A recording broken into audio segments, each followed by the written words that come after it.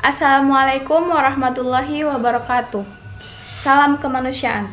Perkenalkan, nama saya Fatimah Zahra Sitebu dengan NIM 0306232084. Izinkan saya mengajak teman semua untuk mendiskusikan tentang Palang Merah Indonesia dan Bulan Sabit Merah.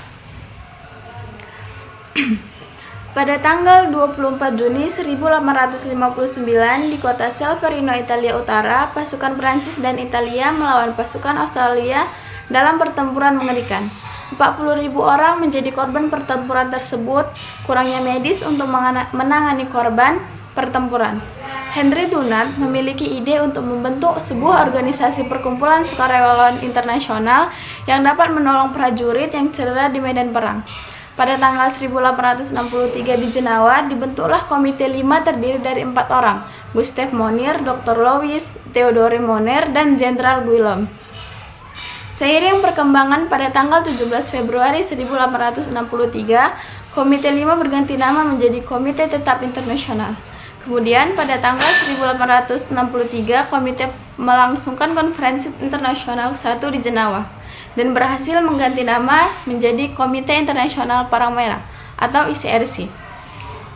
ICRC dibentuk pada tahun 1863 yang merupakan badan netral yang mandiri yang bukan bagian dari PBB. ICRC bertindak sebagai penengah yang netral terhadap negara yang berperang, berusaha menjamin korban kekerasan baik penduduk sipil maupun militer. ICRC bekerja untuk mengembangkan HPI, menjelaskan, mendeskripsikan, dan mempromosikan Konvensi Jenawa. 4 mandat ICRC yang pertama itu memberikan perlindungan kepada korban militer maupun sipil. Yang kedua, memberikan bantuan sandang dan pangan, medis ataupun sanitasi. Dan yang ketiga, mempersatukan keluarga yang terpisah akibat perang. Yang keempat, melakukan menyebarluaskan HPI dan prinsip dasar gerakan.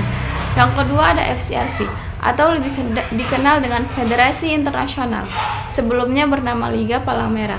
IFRC didirikan setelah Perang Dunia yang Pertama oleh Henry Moultrie Davidson, Presiden Komite Palang Merah Amerika. Gagasan pendiri didasari pada kondisi masyarakat yang sangat memprihatinkan pasca perang. Berdasarkan kondisi inilah dibutuhkan kerjasama yang kuat antar Perhimpunan Palang Merah untuk meringankan penderitaan masyarakat.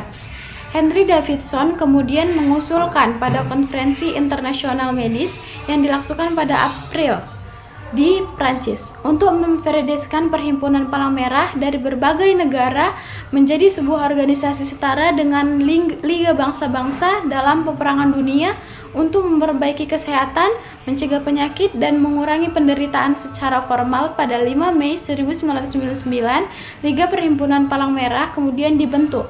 Berdirinya liga ini komitmen bersama untuk perhimpunan bangsa-bangsa di Perancis, Inggris, Italia, Jepang, dan Amerika Serikat. Tujuan utamanya adalah memperbaiki kesehatan masyarakat pada negara-negara yang menderita setelah perang. Selain itu, memperkuat dan menyatukan aktivitas kesehatan yang sudah ada dalam Perhimpunan Palang Merah dan untuk mempromosikan pembentukan perhimpunan baru. Adapun mandat FCRC ini yaitu menggiatkan pembentukan dan mengembangkan perhimpunan nasional di seluruh dunia, bertindak selaku koordinator dan perantara antar perhimpunan nasional.